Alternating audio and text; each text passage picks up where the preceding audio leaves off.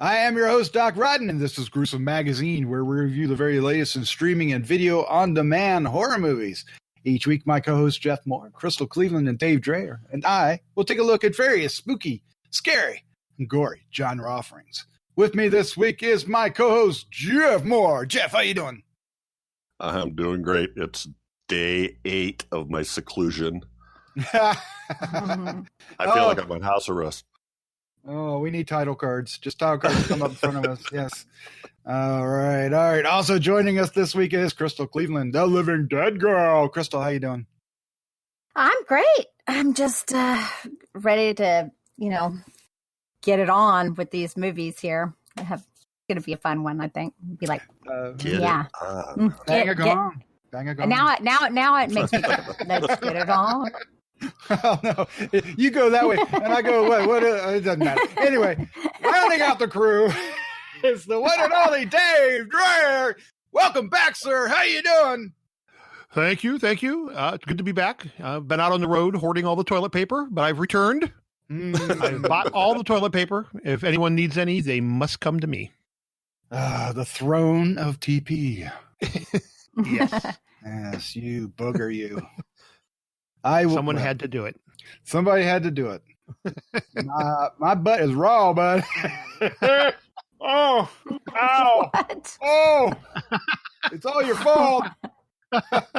Oh my gosh! Wow, right. This is really happening. Yeah. It's a lot different. It's a lot different. Back in the old days, you could use the Sears and Roebuck catalog, but nobody gets catalogs like that anymore. Yeah. Oh, you're out there in corn country. You can just use corn cobs, right? You probably got corn cobs. No, Dave. No. I saw Mike Huckabee had a tweet about that was just on the upper side of ridiculous. Yes, absolutely. You see what I started, Crystal? You see what I started? Why do you let me do this? Okay, you so I'll let me from the end. To our sweet listeners out there, just realize that you can actually probably track our intros as to like how crazy we're getting the further along this quarantine goes, because we're really like kind of off the rails. We're like, Stop. Oh my God. They're coming to take me away. Yeah. Oh no. Oh, it's God, true you guys. though. Like the more I listen to it, I'm like, oh yeah, everyone is totally losing it. It is so real. Yeah. So I just quit editing that part out. No. No. Leave it in there. All right. So just to put in some context, we were recording this late March 2020, and yeah, we are in full lockdown here in North Carolina. They just recently did. I guess you guys are in the other states are somewhat locked down, at least recommended. It's pretty crazy. We're expecting at least 4 weeks, Crystal, in North Carolina? Yeah, until the end of April. Yeah. Mm-hmm. So, woo, this is gonna be fun, guys. Yeah, woo. So, we're gonna keep reviewing movies that are streaming.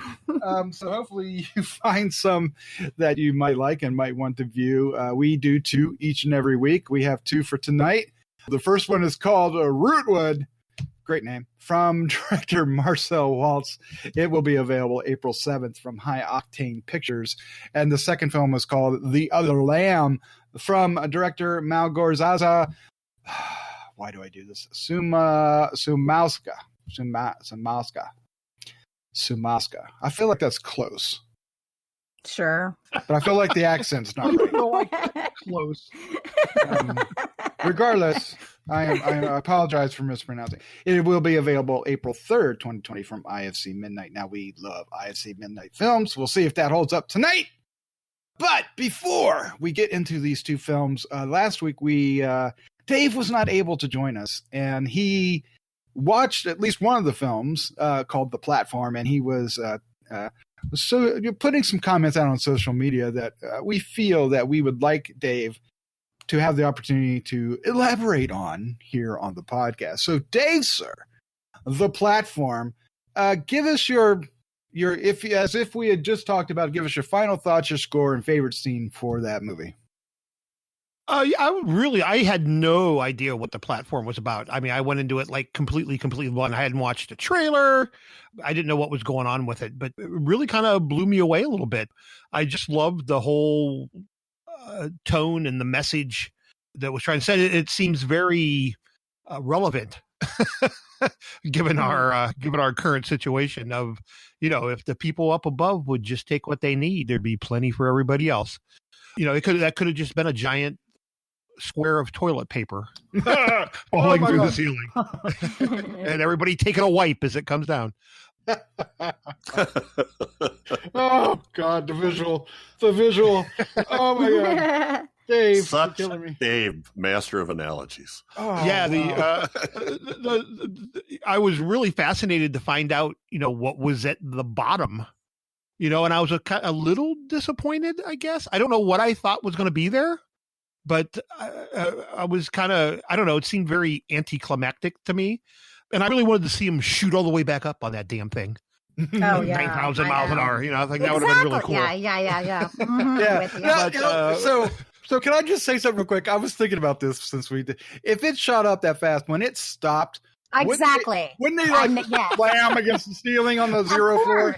Of course. Right? Just like an elevator. They were on 6 and it was not slowing down. No, so that thing was like, so it had to have come to a screeching halt. And boom against. And there were no plates, right? Because I love it when people start talking reality about a platform that we have no idea how. Yeah. Well, that's true. how it even floats, how it does what it does. Yeah. But you know what, Dave? Electromagnetic. The worst part about that is I didn't even realize it until Jeff mentioned it, and I was like, "Wait, oh my god, how did it move? Oh my god, how did I thought happen? that I'm like, is it on strings? Is it because there was obviously nothing underneath it. Yep. Or you would have seen it. But yeah, it was just a great essay on, on class wars and people just, not caring about anyone other than themselves. And it was just so relevant. And I loved the lead character, how he was trying to, especially when he teamed up with the one lady, and they were actually trying to, they were making the plates up and they're like, just eat what's on the plate, then make another plate for it to go down to the, to the next level. And I mean, it just reaffirms everything we already know. People are assholes. Yep. Mm-hmm. But it was a really, really neat way of making that point. The platform, I think, is one of my favorite films so far this year. Actually, I would have to give it like a 4.25.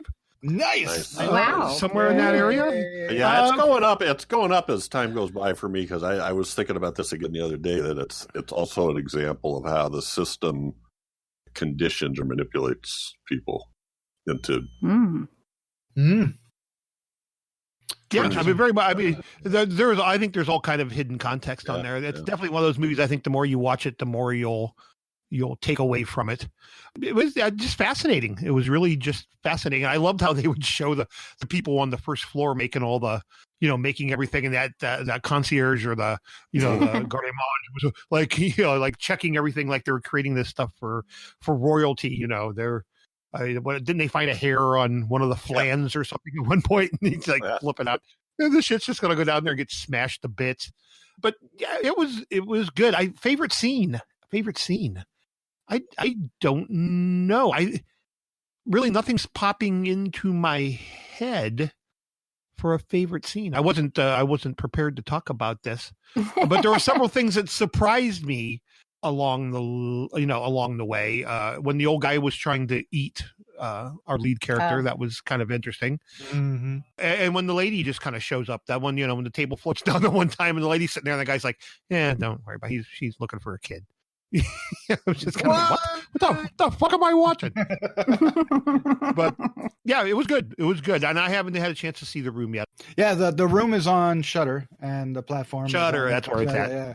So if you are interested in catching the platform, Netflix is where to go. It's out now. And if you want to hear the rest of the reviews, check the previous podcast in the RSS feed. Well, let's move on to the movies we have tonight. Up first is Rootwood. This is from director Marcel Walz. It has a cast that includes Tyler Gallant, Alyssa Dowling, Sarah French, among others. Who, Crystal? Who? You said she was beautiful in this. She is beautiful. Oh, Felissa knows. Yes, thank you. I was like, oh, but doesn't she look so hot though? Really, like she was working at that hair. I don't know. I mean, I just like her as a person because she's cool. She also was hilarious in this. But anyway, we'll get to all that. It is coming April 7th from High Octane Pictures. The synopsis goes: 2 students are hired by a Hollywood film producer to shoot a horror documentary about the curse of the wooden devil. So it's a kind of a mix between a kind of a regular film, a documentary, and some found footage, all kind of mixed together in an interesting way. Let's find out what the crew thought. Starting off with the one and only Dave Dreher. What was your first impression of Rootwood? Because this movie was for you, my friend. Yes, it definitely was. I again really enjoyed the crap out of this. I mean, I loved Alyssa Dowling and Sarah French in this. I thought they were both great. You know, it was kind of a Blair Witch-ish kind of vibe going on. Yeah, it did have. Yeah, I see that. Yeah, a little bit. You know, it suffers kind of some of the tropes from a low-budget indie film. But for me, what really sold it was Alyssa Dowling. I thought she was really, really strong in this film. You know, I bought every look of terror.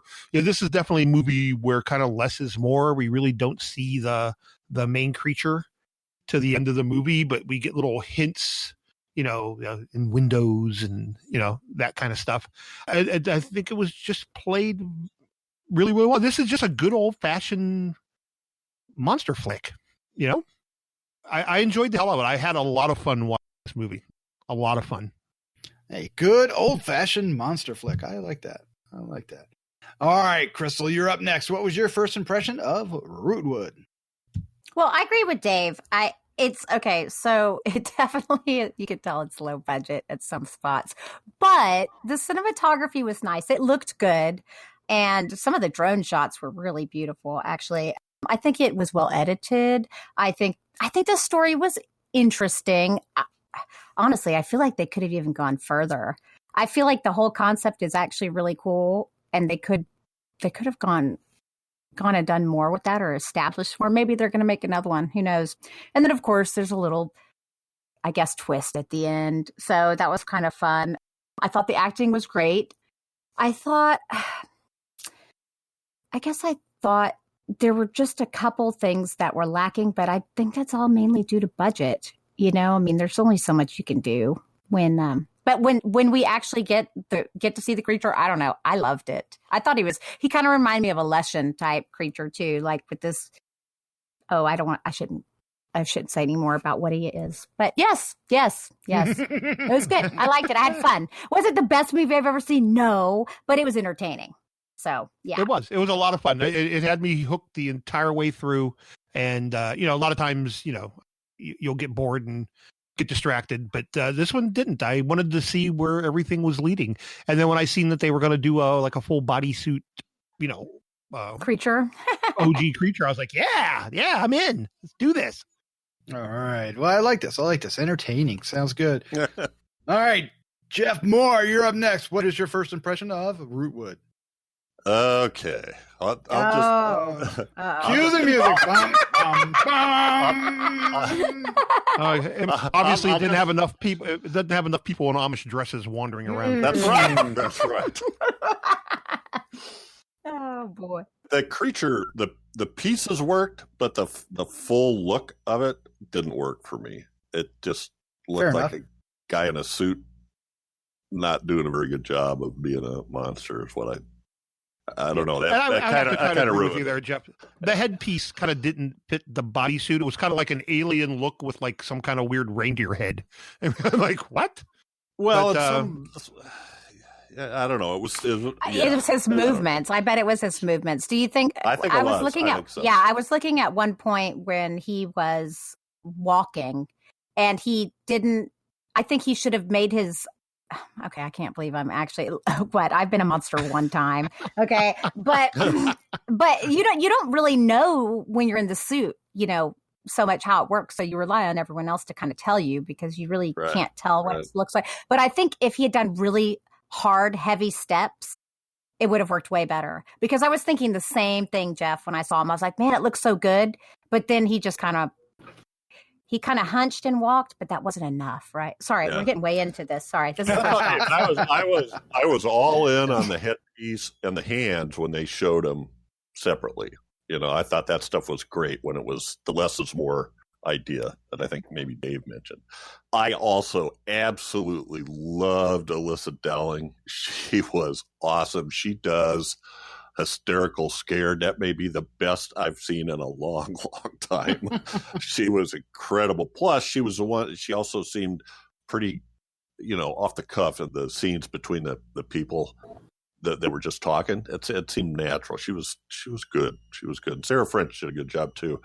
I love Felissa Rose. She didn't have too big of a part, but it's pretty key. And did you catch how they gave her this name? What does Laura Bennett, does that have a relation to Sleepaway Camp? Oh, does it? Yeah, because I thought at the beginning that she was just going to play herself, because I even mentioned Sleepaway Camp. Yeah, well, without saying it, but they played this movie with this crazy kid killer. Yeah, oh my gosh, that's what.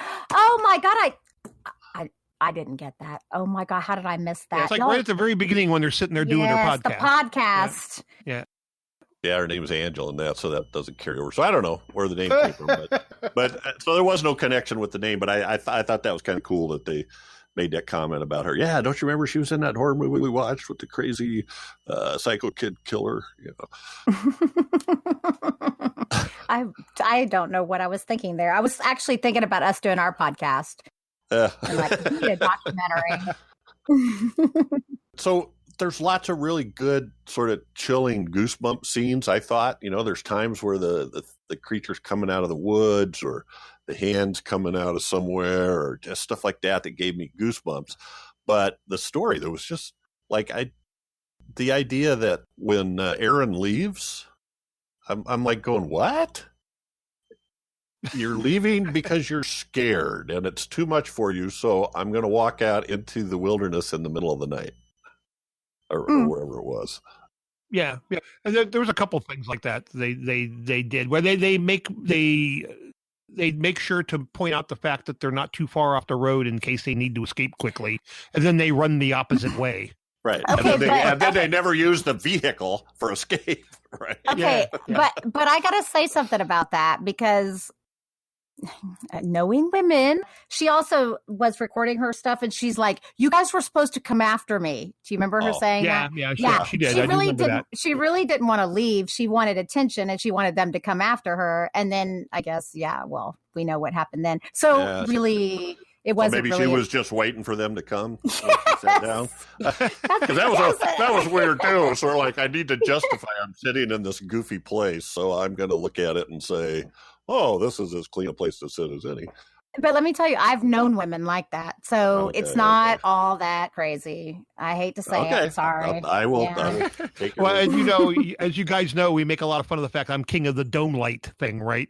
And I hate those stupid fucking things. Like, they make a big point out of the fact that the RV is dead. There's no power in the RV. But then they go outside, the fucking brake lights are on.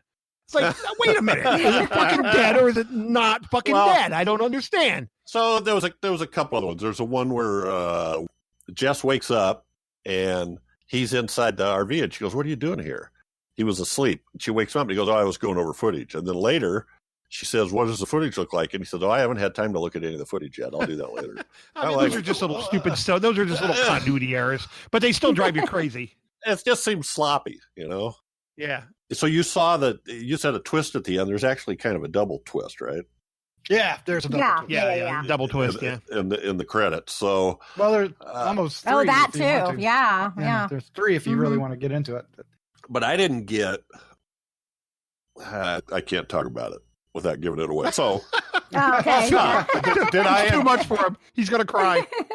Did I enjoy it? I did enjoy it, but I didn't buy the suit actor, the motions that they were making, but I loved it when you couldn't quite see everything or it was partially hidden. And Alyssa Dowling is incredible. But didn't they arguably explain that? Explain what? Explain what? His awkward walking the creature's awkward walking. Didn't they? Well, but was it? But was well, it? Right? I guess. Yeah, Maybe. I guess. Maybe. Maybe. Yeah, Maybe, I guess maybe so. not. All right. For me, I enjoyed this too on a Dave level, and I also had some problems with it on a Jeff level here with what you guys are saying. For me, there were two things that kind of got me. Is the dialogue was a little cringeworthy from time to time, but I'll give the actors the benefit of the doubt because I thought that they were all great. Even Tyler, we haven't mentioned Tyler Gallen. I thought he was great too. But Alyssa Dowling was a lot of fun, and I was particularly enamored with Sarah French. Hi, Sarah. No, Enamored. So you like blondes, huh? Do Doc? I? Like, Is that what yeah, it is? you Is do. there a thing? All right. That's so strange, huh? It is strange. It is strange. Yeah. I was having fun with the movie, but the dialogue was kind of rubbing me raw a little bit, but not enough to hate it because we watch a lot of these things. But the world building for the creature, I don't think I ever understood what this creature was supposed to be, right? Because we get some weird hanging rope things, and we get this tower that has a whole bunch of names on it. Maybe it's in blood. I mean, it's fun because it's still wet. It's still wet. Yeah. I mean, it was kind of like, dude, they're jerking your chain. Can't you figure this out? But it was like, okay, I'll go with this. We'll figure out who's doing what, who's responsible for all these, things that don't seem to have any connection or what's going on. Now, at times it really worked. I thought when when it felt like the creature was on top of the camper, or especially the one scene when he's outside the window and you see him breathing on the window, I thought was really, really well done. One of the highlights. And the hands coming out of the tree or out of the dark. I thought the best thing in the whole thing was Felissa Rose getting extremely close to the camera and yelling at me was hilarious. I could watch that all day because she's so funny. Yeah. Golf clap. Yeah, that was good. So I'm a little torn. In the end, I had a good time with it. I wasn't entirely certain I was going to, I'll be honest. And it did win me over in the end. And it's going to be a recommendation, a positive review, but with some caveats, right? So how's that? Well, I think I felt, and I saw, of course, the same things that you did, but I was just really kind of letting it go. Like, it was just I just kind of let it go and just had fun with it. Cause I was like, this is what it is. It's a lower budget horror film, but I think for a lower budget horror film, I think they did. I mean, at least it's quality. But, it was. I'll agree with that. It was well made. It was shot well. It bounced between a couple of different camera styles, from conventional to what about those shots where they had those shots that lasted forever too? Like it'd be like one shot with the two of them, and they were just those were I don't know. I was kind of impressed with some of it. I see though. I see what you guys are talking about. I mean, but until we have, I guess, millions of dollars, Well, I liked how William kind of was clueless about Aaron. It was hilarious. Her approaches toward him. Well, was he though? That's right. So I guess my point is that there was some character development that I think was greatly appreciated. I thought Jessica's character was pretty well rounded, and Aaron's. There was enough to Aaron and her attraction to Will. And the friendship she had with Jessica. Will was the one that I had the least confidence in, that I knew what the character was until maybe that twist ending, and then it kind of sold it. But I guess they did good. They did good. Yay. Dave, there's no gore, is there? Is there? Is there any gore? A little bit. I mean, we get Sarah there, all kind of bloodied, laying by the side of the camper. I mean, that's not much. A little bit of blood. We get like a little bit of entrails dropping on the floor, right? Yeah, the guys a little bit. Yeah. But I definitely whatever effects money they had, they tried to put into that suit for our monster. I don't know why that's making me laugh now. Thinking about it, it's making me laugh. But I really liked it. I did. But you know what? I hadn't considered what the twist was to explain some of the monster. And then we never, there's so much I can't say because it's going to give it. I mean, we really can't talk about. Yeah, you don't want to give it away. It gives everything away. Yeah. So it's kind of something you kind of have to watch because, yeah, I mean, it did kind of surprise me. I didn't know how it was going to end. I didn't understand it completely. But yeah, same way here. I mean, I didn't know how it was going to end, but I wasn't surprised by the way it ended. Does that make any sense? Yeah, of course. Well, and so did you read the beginning, Doc? I think that's where we were supposed to really get the understanding of whatever Rootwood was this creature is. What even that said, it's like killer line at the end was opened up the gates of hell. It didn't say release the wood devil creature, you know, on the world. I'm like, if that's the best you get from the gates of hell, I guess. I guess that's what they were supposed to be protecting the forest with. I guess I don't know them, and see that would actually make more sense that it's even a lesson, like in. So if you played The Witcher, it's got a skeleton head. It is. It's like a bull or whatever head, like a skeleton, and then it's got like also like branches on as like yes. Kind of like antlers, and this almost followed exactly that. So yeah, the creature reminded me of the Popeye cartoon Goon Island, the goons on Goon Island. Ah, oh my God! Really? It's like a 1940s. Like that sounds fun. Cartoon. Maybe I should watch that. Oh, it's one of those great old Popeye cartoons where Popeye's mumbling all the time and under his breath, but not in a bad way. I mean, I didn't laugh at it. It had like the ends of the leg and the ends of the forearms and the lower part of the joint of the leg were bigger. You know, had something on them like fur or something. I don't know what it was. Yeah, I think they were aiming more for like the ritual than Popeye, but that works. Why don't we go ahead and wrap this up? Let's give our final thoughts, our score, and favorite scene for Rootwood. Dave, why don't you start us off? I enjoyed Rootwood quite a bit. For me, it all pretty much lies in the performances. I really dug Elisa Dowling a lot. Sarah French as well. Really, everybody involved did. Felicia Rose. What do you always call him, Doc? Kind of a day player? Is that what you call him? A day player? We got a day player here. Day player. Yeah, a little bit of a day player. But her role is important to the whole arc of the film. So she was used well. Again, it's not great, but I really enjoyed the heck out of it. But again, when I look at it, I really have to go back to those two lovely ladies. Is the reason that I enjoyed it as much as I did. Alyssa really just kind of radiated like a truthful performance. I mean, it just seemed like she was very natural in the role. She's an actress. It worked for me. Yeah, it just worked for me. It really did.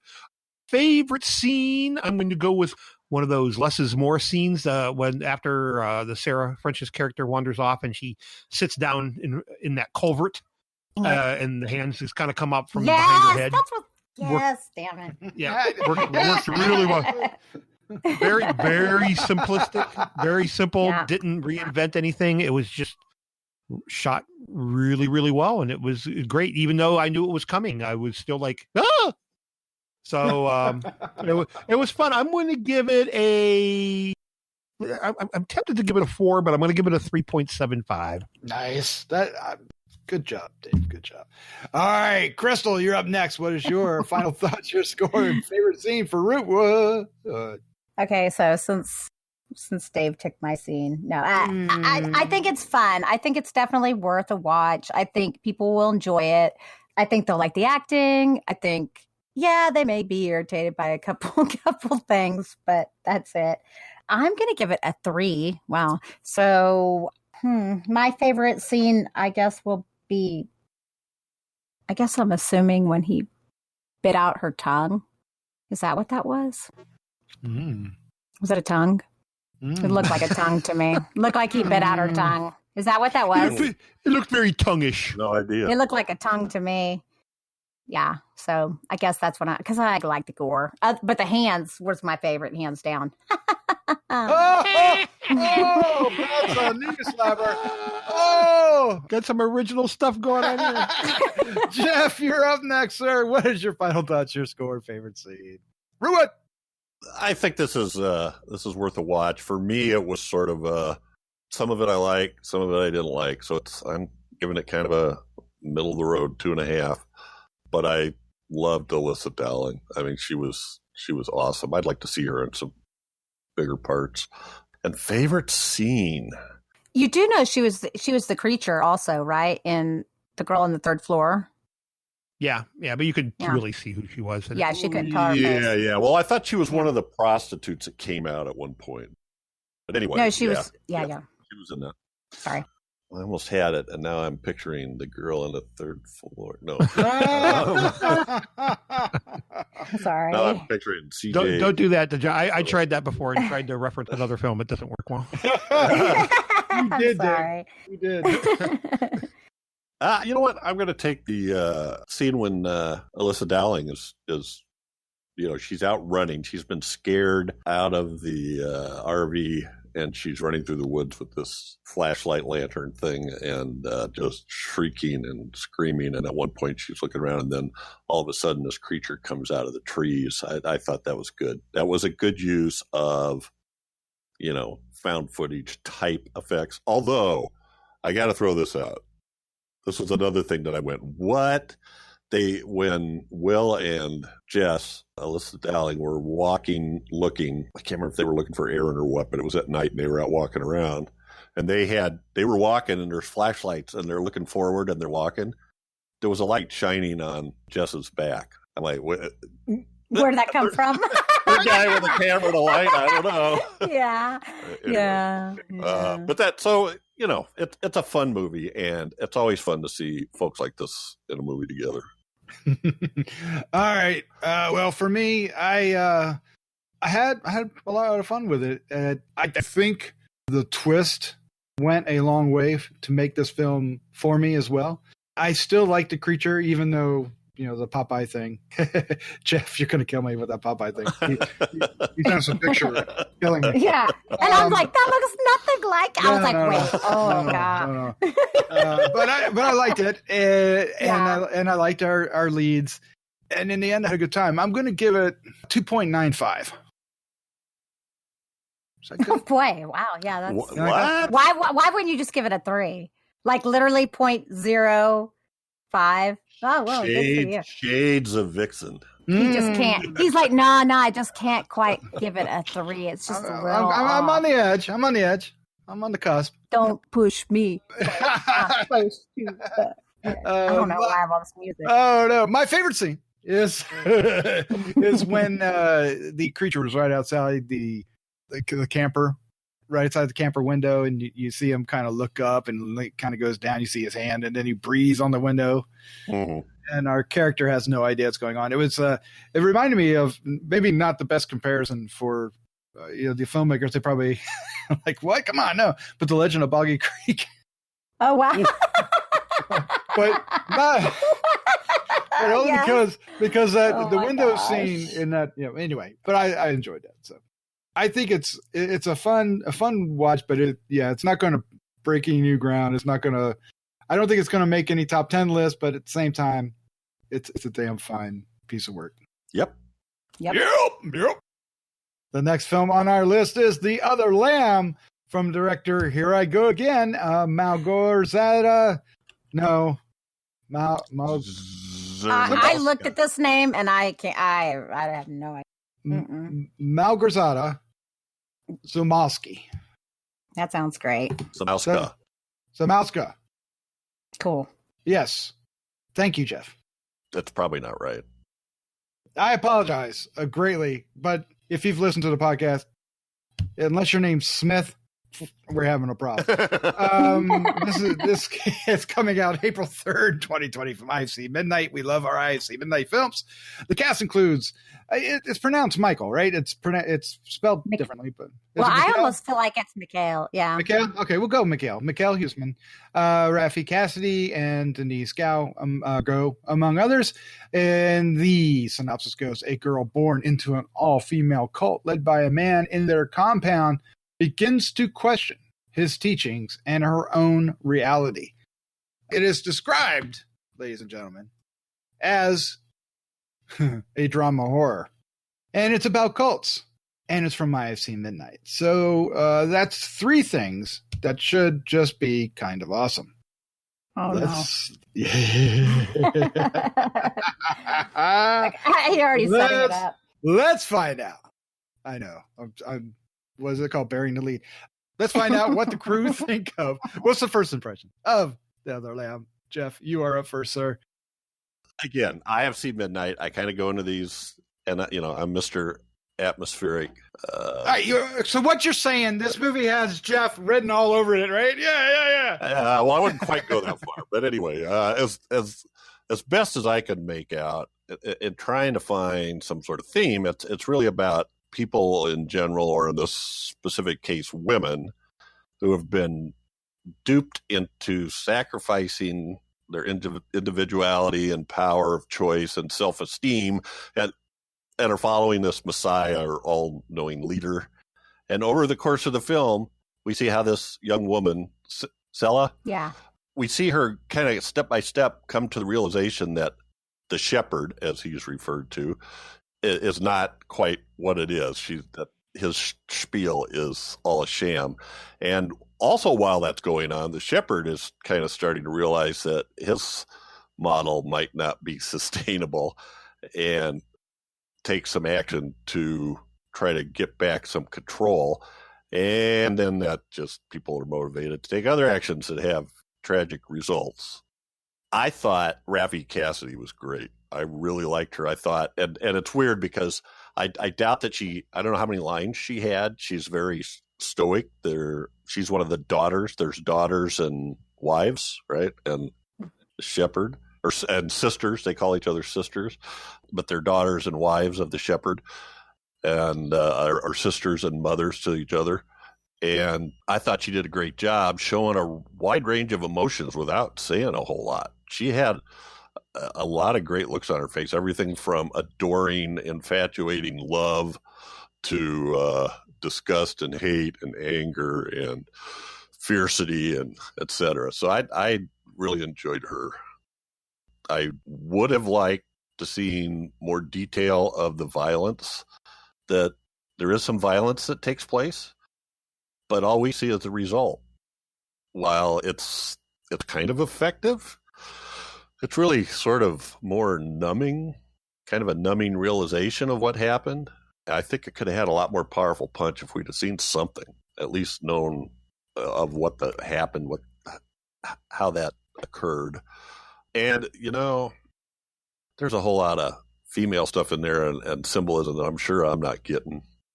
But I'm not going to say it's a good film because I thought the story was kind of, while it was intriguing, they didn't quite pull off the punch I thought they could have. But I did think it looked good, and I liked the acting. This is so interesting. Now I see this is a total woman's movie. I get it now. I get why I like it. I think that's what we're going to discover. That very thing. So, Crystal, why don't you take the floor and give us your first impression of The Other Lamb?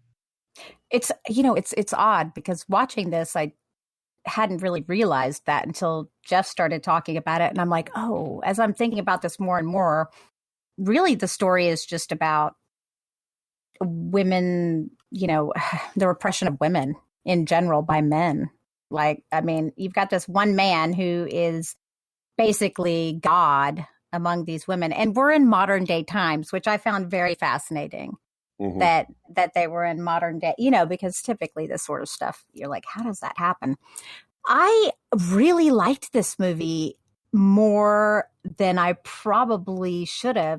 It surprised me. And was it a little boring at times? I could see how it could be boring, but I guess I was just riveted by the fact that watching all of these women come together to rally around this one man, I don't think it needed a lot of violence to illustrate its point. It's really just about how, we almost even women kind of even help and promote this and push each other to subjugate ourselves in a way, in a regard. And I think it was really about overcoming the freaking patriarchy, which is awesome. So I did like it. Yeah. And of course, they use the whole her having her period as her being unclean. And, I mean, these are ideas that, were around well before any of our times. So I don't know. There was something about it that really struck me. And I know it's the whole idea and the whole concept of it, but I loved how the wives were red, which I found interesting that they chose red for that. Mm-hmm. Mm-hmm. I mean, because typically that's not a color you choose. But and then the daughters wore blue. And then it was about the passing of the torch. And this guy, he was kindish, but obviously to have his life set up this way, he was disturbed and did some strange things. I mean, the fingers in the mouth and all that. I didn't really understand the concept of the fingers in the mouth. I think it was meant to be phallic, honestly, and they were choking it. Get it? Like I believe that's what the metaphor was there, choking on cock. Sorry, excuse me. But yeah, so I found it to be a really good story, and I feel like it was about a woman coming into her own and discovering what he was really like, and sloughing off her childish. She was becoming a woman, really, and deciding for her own self how she felt and who she wanted to follow and who she wanted to be. So I don't know. That's why I think it's probably best for women. The more I'm like, yeah, I see it now. Well, you said before. Well, I guess this isn't a chick flick. There's a difference between the kind of film you're talking about, right, than a chick, right? Yeah, that's different. Yeah, this is more of a woman empowerment. Film. Like a chick flick is like a romance. Yuck. A rom-com. Right.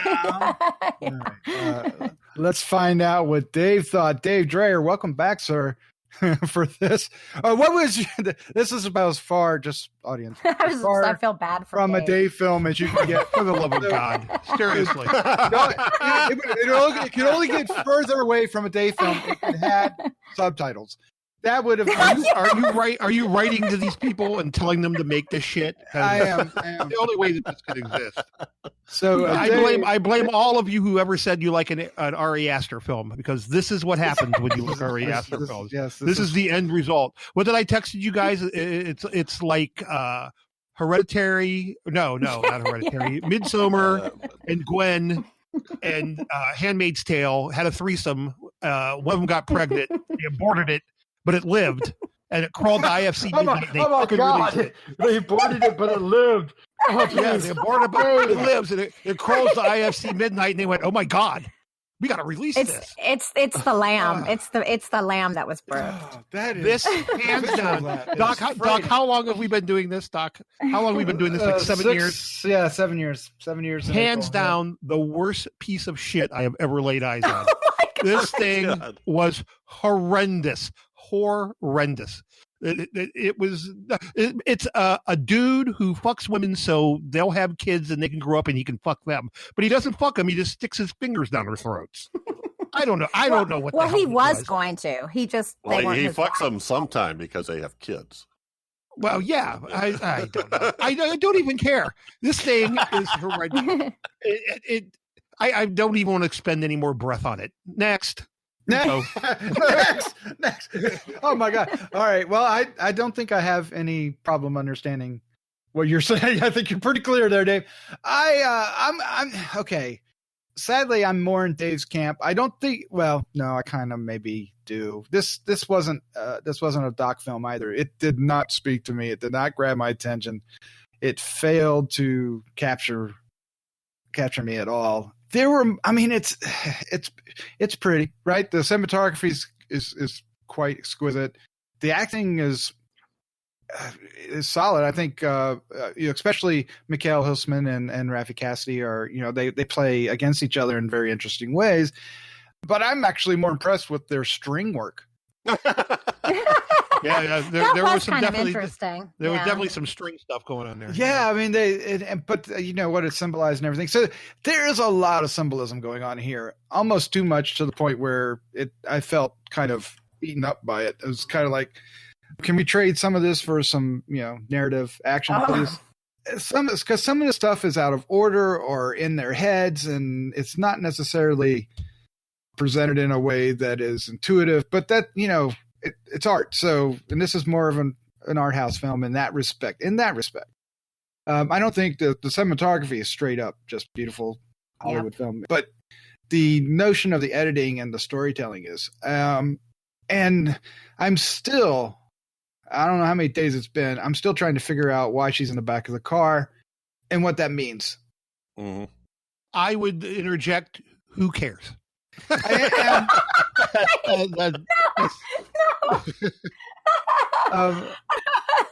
I also found the resolution not very satisfying. I mean, obviously it was going to end in a confrontation of some sort and most likely end in that fashion. I'm trying to be vague here, but it just didn't pay off. I didn't get any resolution. So it is going to be very interesting, Crystal, to see if this is just because of perspective. If, am I looking at it through the wrong color of eyes here? I think you expected, I think it was a very appropriate ending. Well, it was very appropriate. I agree with you. It just... it didn't need anything more. Actually, the way it was done was very symbolic, but that's it. That's all that needs to... It's you don't understand because you're not women. But was it rewarding? It was rewarding to me. I was like, fuck that dude. Well, for real. Oh, they're now in charge of their own destiny. Right. Yeah. Right, it's like, I mean, I can't believe I'm Jeff. I'm Jeff today. Hello, you can just call me Jeff because I'm so Jeff right now. I think that'll be confusing. I don't know. But yeah, I mean, I think that the older lady too that they had with them, the one that was unclean. Yeah, I think she was an integral part of the story, and it was like an older woman who she actually finally listened to when she kind of hated that woman, but she kind of understood that this woman had more knowledge. And then look what they did to the baby boy. She's like, no. Once she finds out, she sees who he really is when she sees his anger. Mm-hmm. They elevated this man, and they literally deified him. And then she saw him for the man that he actually was, and that's just a man. I mean, it's pretty amazing that he was able to, he's kind of hot, though. Well, he's very Christ-like, right? So they also, they shot that and presented it very convincingly. I mean, you felt in the beginning, right? You felt before she converts her, as kind of wakes up, if you will, or questions her reality, if you will. You feel the power he has over them. It's the way they react when they're in that tree circle with all the twine around it, which was very fascinating. I was still on board then. I was like, okay, where's this going? What's happening here? It was building up the conflict, very, very well, and it was incredibly powerful. But the more she started breaking away from it, it seemed to also lose its focus along the way for me. Why do you think that is? I don't know. Oh, okay. Don't know. Because it sucks. No, but wait. Okay, but maybe, babe. Oh my God. But wait, maybe it lost its focus because she lost her focus on him. Do you think? Yeah, the more woke she became, the less she cared about him. Look, she didn't even want to go back to the group after her period was over. Right. That's why the lady told her, oh, he's going to know. He counts the days. She didn't even want to go back. Whereas before, she just was dying to be around him. She idolized him. Yeah. Definitely. Yeah. So it's definitely a symbolic thing. It's definitely a woman empowerment thing. I feel like that's really all it is. And I guess for me, it was enough that it was really beautifully shot. And I loved the lead actress. I loved her. I know you think she looks like freaking Harry Potter, but she I wasn't going to share that here on the podcast. I know that you have. Really? Yes, Daniel Radcliffe in drag. No. Well, only at times. I think he's hot too. So they're both equally hot to me. I'll take either one of them. But really, when she stares at the camera, I'm like, I just felt so much from her. I thought she did a phenomenal job. I don't know. Yeah. I guess this was just one of those movies, I think, that I enjoyed, and I felt would I go be like, oh, I can't wait to watch it again? Well, no, but I get it, and I think that's what this is really about. Do I think that a lot of our viewers are going to be like, no, I wouldn't.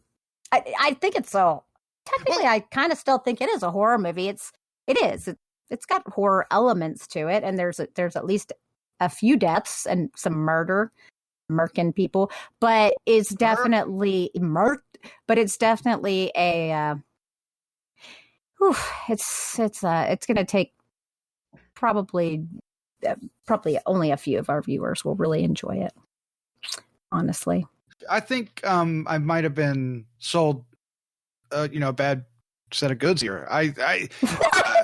Because sold the bill of goods, right? Yeah. Because I don't know if I was expecting. Well, it's my fault, not their fault. I wasn't expecting this type of film. I was expecting something a little bit more cult heavy. I mean, we've been watching a lot of cult films here in the past couple of years, like The Lodge, for example, and some others. And we're coming across the effects of the power other people have on people's minds and state of being. And for a lot of that, it delivered, but I guess I was expecting something a little more harrowing. So where I was coming at, and I totally agree with what Crystal's saying, but I think it was even bigger than just the women. It's sort of for me, it's the idea of a Messiah complex where people, once you get to that point where you're totally in the circle, then it doesn't matter what they do; it's all justified. Wow, and that happens in all areas of society, in religion and politics, especially. Instead of having that, I follow this person, but I have my own set of principles, and you can violate those, and if they violate those, I'm out.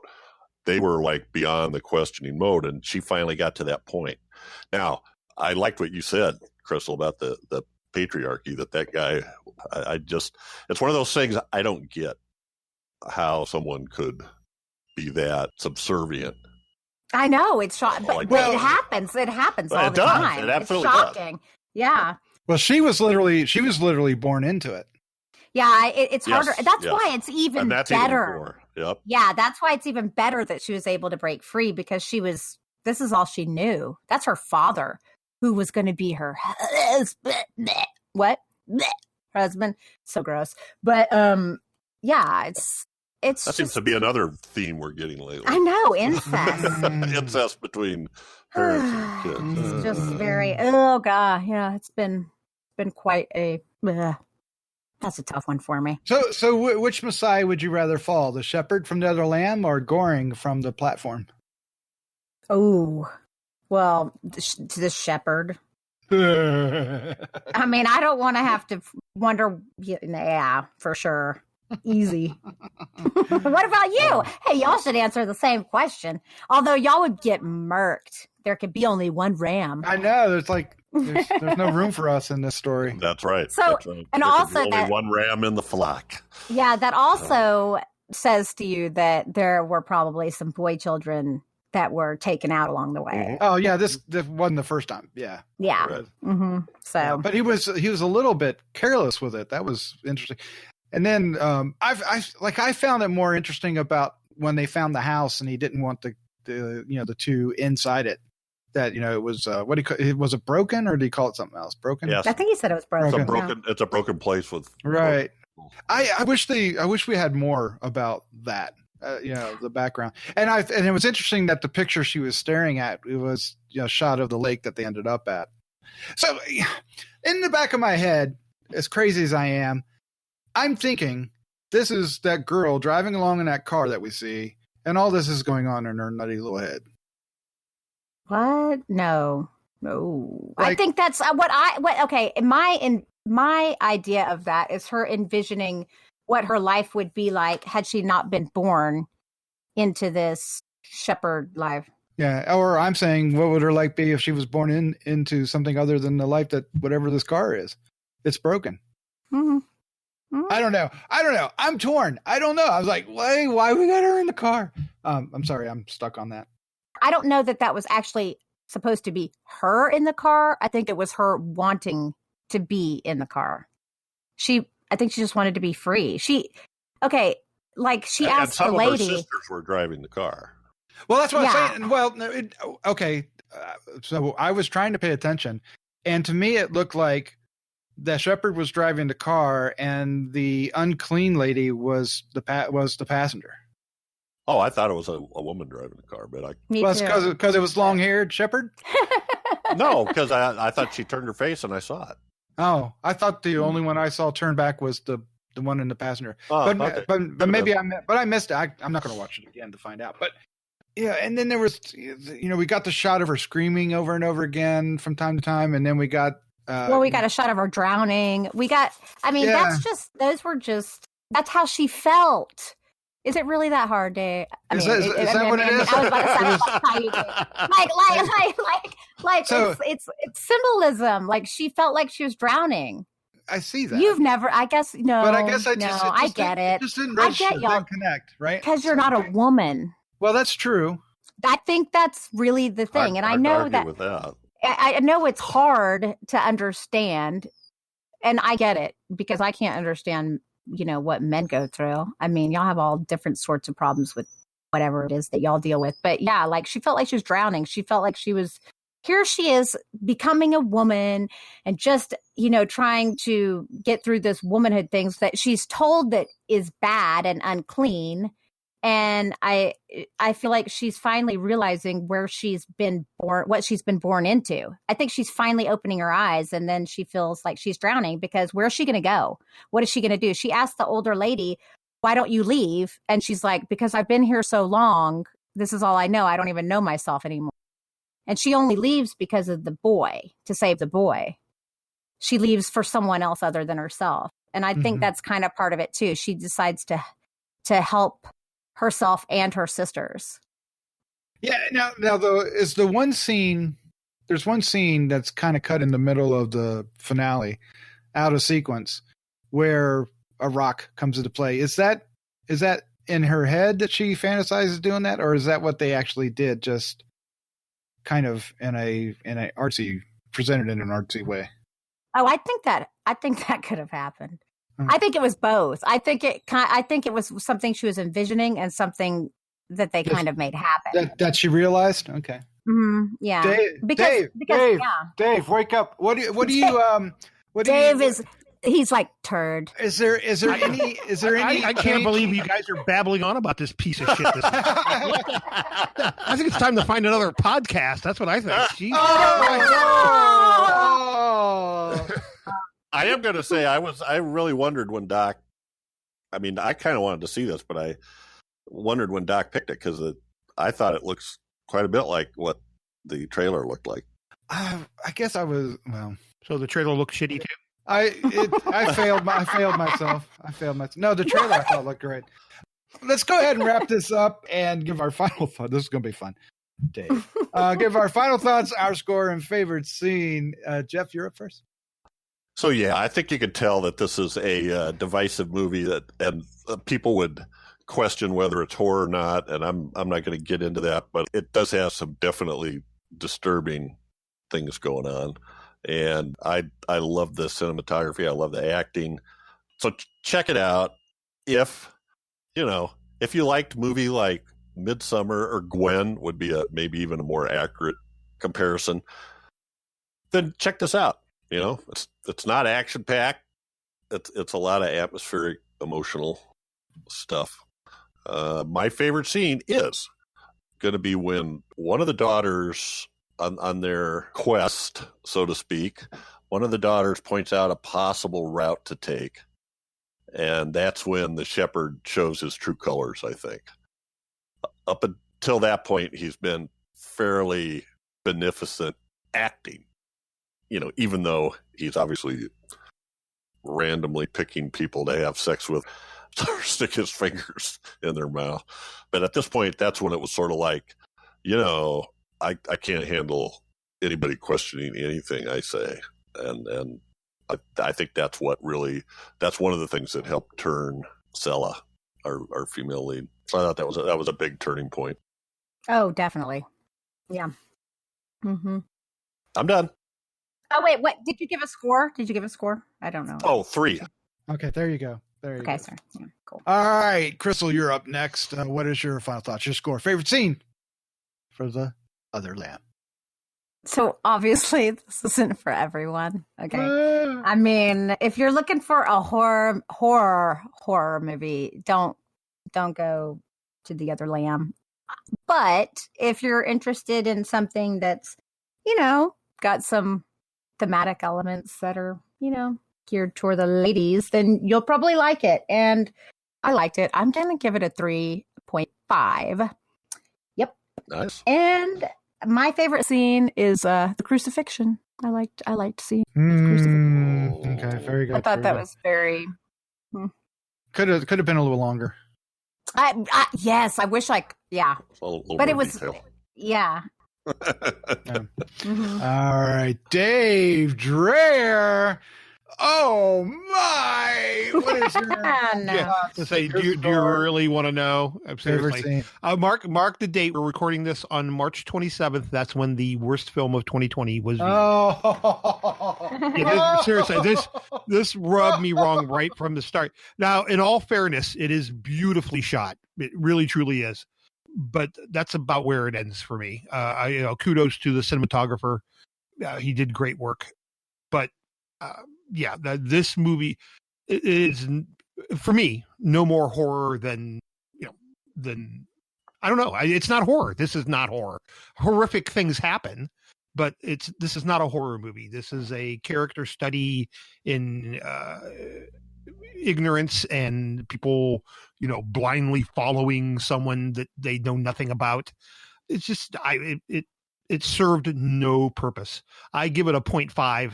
And that's only because it was shot well. Honestly, it's almost because I don't allow you to give the zeros. Why? Exactly. You often. There's been a couple times in our career together here where you said a movie kind of upsets you. This movie upset me. It just upset me that it even exists. It has no business for being. It really doesn't. So definitely not for me. Not saying don't watch it. I'm just saying if you want to see a horror movie, watch something else. Favorite scene? There's one shot, and we've seen it 1,000 times, but they pull it off here really well. And I'm sure there's a technical name. If Chris Mohr was here, he'd be able to tell us what it is.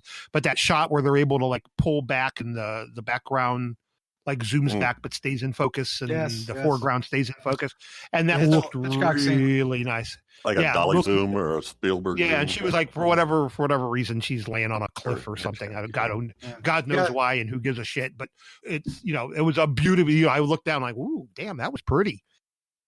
So I'll go. Yeah, I'll go with that. But if we never talk about this one again, it'll be too soon. Oh wow, Dave, I love you, man. This film did not speak to me either. It rubbed me the wrong way. It's not a doc film either. I do not want to slight anybody that made this film because it is well directed, it is well acted, the cinematography is beautiful. I don't like the story. The story doesn't speak to me. It doesn't mean it's poorly written. It's just it did nothing for me. Right. I really wasn't invested with the characters. I wasn't invested with the conflict. I struggled with the structure of it, with the symbolism and all that. Sometimes those films work for me, and sometimes they don't. This one's on the don't side. It is not going to be. It's not going to be in my top 10, and it is very likely going to be, unfortunately, in my least favorite of the year because it just failed to register. I totally get why y'all don't like it. I think it makes so much sense, really. I mean, I hate to be that, say it's it makes sense. But individually, right? So if you take apart, this is where the pieces for me don't add up, are better than the sum of its parts, right? Is that the saying, Jeff? I feel like I've bastardized that somehow. Yeah, I think it's the whole is greater than the sum. But it's the opposite of what I'm. But you're saying the opposite, so that's not a saying. You're making that up. I'm making shit up. All right. So I thought that Michael Huisman was great as the shepherd. I thought the way he portrayed that character is the monster in the movie, right? He is the monster. And Rafie Cassidy was really good. I mean, she, like Jeff, I think you're the one that said, she had this broad range of emotions, and she really didn't have, it wasn't through dialogue. It was more through facial expression and body language. And the cinematography is great, and I think the direction is great. The choices, like Dave was saying, right, with the shot. I think it's called a Hitchcock zoom. Is I think maybe what it's called, but maybe not. Regardless, but when you add it all up, I didn't like the sum of it. It just didn't. It just didn't work. I wasn't satisfied with the ending, although the resolution was obviously where it was going. It just was. I just wasn't satisfied. And yeah, so I almost feel terrible disliking this film. I can only give it a 1. I want to give it more, even just for the technicality of it. But wow, this movie just So now I got hey, you guys, you're dead to me. No, I'm just kidding. Yeah. See, I feel like I've actually lost cred because I feel like. Damn, I look at it and I said, I should be liking this film for some reason, but I just can't. You don't have to like it just because I would like to because but it doesn't. So anyway, I still have to pick a favorite scene, and the favorite scene is going to be when they have that ritual with the lamb in the little forest area with all the string tied around the trees. It was that whole scene was visually striking for me. And it really caught my attention. For that scene, I was riveted. I mean, I was totally into it. I was like into and it never really caught my attention that way for the rest of the film. But I really was into that.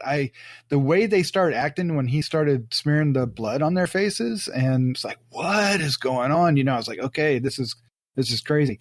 But to me, it never really peaked after that. It never really followed through on that level of influence, right? I mean, he still had influence throughout, but it never was that severe. You see, the problem for you is you felt like you needed to be a great, big, huge oppressor, but that's not what the patriarchy is right now. See, it's well, that's a lot true. more subtle than that. It's a lot more subtle, and that's the subtlety of the movie. But I get it. You needed to see a leader, a cult leader that was going to, maim, kill, destroy. Yeah. Not just shun someone. Right. Maybe. And technically he does that. Right. But it's like you said, it's so subtle. His choices aren't overt. They're so, his choices are presented as righteous. Well, yeah, and then look at it. He shunned that woman and told them all she was unclean, and they all thought she was unclean. They all avoided her. They all cast her out almost as a leper. Yep. And he let the one lady die, and then of course the child as well. So I'm going to shut up because I'm just going to probably bury myself in the process. Oh, wow. What a divisive film. Yeah. Yeah. All right. That's our review for The Other Lamb. It is coming April 3rd, 2020 from IFC Midnight. And if after hearing this, you feel like you need to watch this film, by all means, do so and let us know what you think. So the best place to give us feedback on either The Other Lamb or Rootwood or even The Platform or any other film you've seen, you can do so by writing us at feedback@gruesomemagazine.com, or you can go to Facebook and join the Facebook group for Gruesome Magazine, or you can go to gruesomemagazine.com and leave your comments on the show notes. Either way you choose, we want to hear from you. Yes, we do. Yes, please. Especially now. I don't want to. I don't want to. Dave. Especially if you like The Other Lamb. Yes. We want to hear and address it to Dave. Dave at. Oh, my. I think I'm in the minority here. That's why I'm like, well, no, get it. Yeah, I don't even know what to say. I'm speechless at this point. All right, well, Crystal, Jeff, Dave, thank you for joining me tonight. Thanks for having us. Thank you, Doc. You're welcome. Thank you.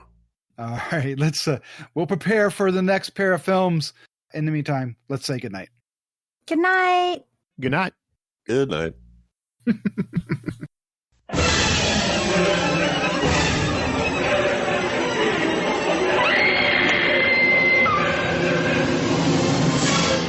Gruesome Magazine.